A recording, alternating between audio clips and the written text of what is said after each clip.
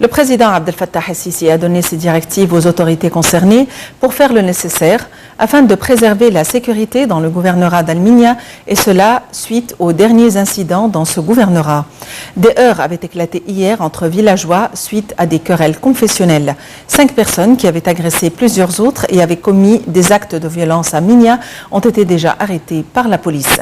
Le chef de l'État a en outre demandé à ce que soient punis les auteurs de troubles et transférés devant la justice.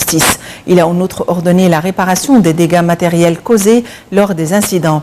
Le gouverneur de Minya a affirmé que les responsables de cette crise seraient punis par la force de la loi, ajoutant qu'il n'acceptait aucune fraction à la loi par quiconque, quelle que soit son identité.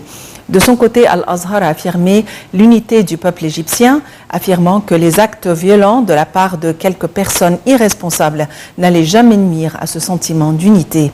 En visite à Vienne, le patriarche copte orthodoxe Tawadros II a appelé les citoyens à faire preuve de vigilance et de sagesse pour préserver la paix. Le pape a ajouté qu'il suivait de près la situation à Minya. Le grand imam d'Al-Azhar, Dr Ahmed Al-Tayyib, poursuit aujourd'hui sa visite en France. Dr Al-Tayyib doit s'entretenir aujourd'hui avec le président du Sénat sur les moyens de faire face aux idées extrémistes et terroristes. En marge de cette visite, un accord a été signé entre l'université d'Al-Azhar et une université catholique française.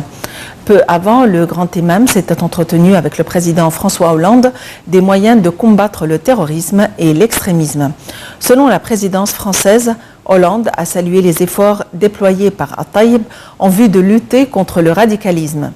Le grand imam avait assisté mardi à l'ouverture d'un deuxième forum intitulé « Vers un dialogue civil entre l'Est et l'Ouest ».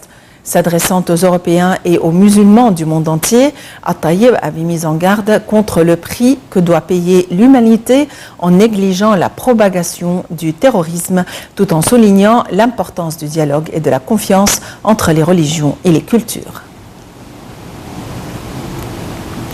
Les opérations de recherche se poursuivent pour localiser les 2 boîtes noires de l'avion d'Egypte Air qui s'est écrasé il y a une semaine, jour pour jour, dans la Méditerranée.